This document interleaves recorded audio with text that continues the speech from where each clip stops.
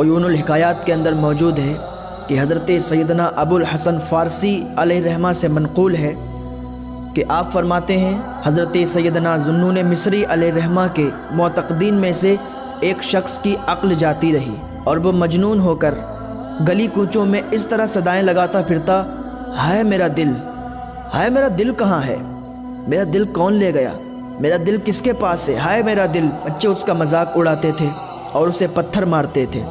بچوں سے تنگ آ کر ایک دن وہ ایک گلی میں جا کر اور ایک جگہ پر بیٹھ گیا۔ کچھ دیر کے بعد ایک بچے کے رونے کی آواز آئی۔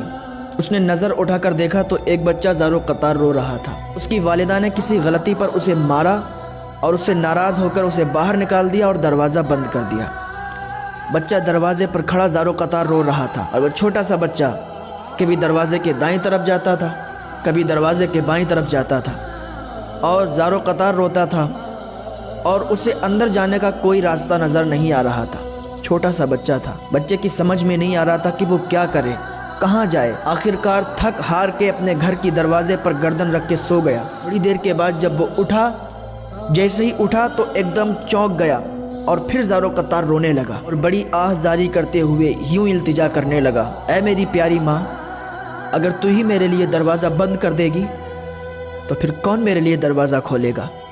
اے میری پیاری ماں، میں کہاں جاؤں، کس کے دروازے پر جاؤں؟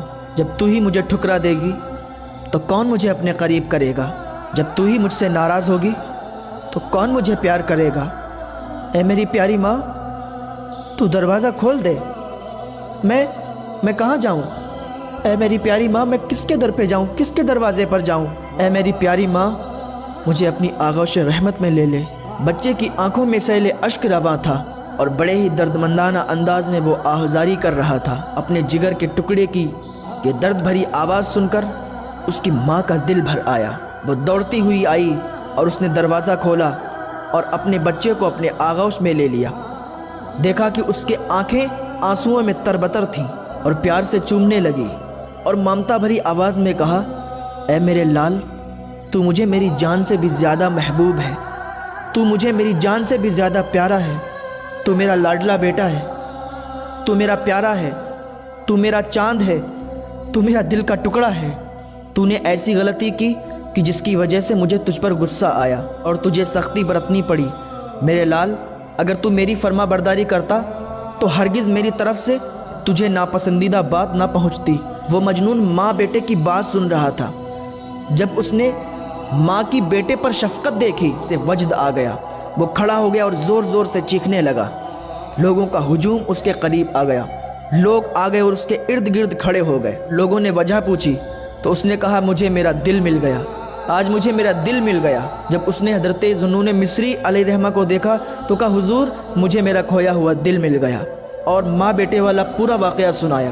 جب بھی یہ واقعہ سناتا تو اس پر وجد طاری ہو جاتا۔ ماں اور بیٹے کی محبت دیکھ کر اسے اللہ عز و جل کی مخلوق پر رحمتیں اور عنایتیں یاد آ جاتی۔ جب ماں کی ایک چھوٹی سی غلطی پر ماں نے اسے گھر کے باہر نکال دیا، دروازہ بند کر لیا، تو بچے نے آس لگائی، بچے نے اپنا سر چوکھٹ پر رکھ دیا اور اپنی ماں کو پکارنے لگا، کیونکہ وہ جانتا تھا کہ ماں نے اسے گھر سے نکال تو دیا ہے، لیکن ماں کی ممتا ایسی ہے کہ جب میں آہوزاری کروں گا، جب میں اسے پکاروں گا تو وہ میری ماں ہے، وہ مجھے پھر گھر کے اندر بلا لے گی، وہ مجھ پر رحمتیں شفقتیں کرے گی۔ وہ ایک ماں کا جب پیار اتنا اپنے بیٹے کے لیے ہے تو سوچو، ہمارا اللہ تو 70 ماؤں سے زیادہ ہم سے پیار کرتا ہے، 70 ماؤں سے زیادہ ہم سے محبت کرتا ہے، تو اس کی شفقتیں اور رحمتیں ہم پر کتنی ہوگی۔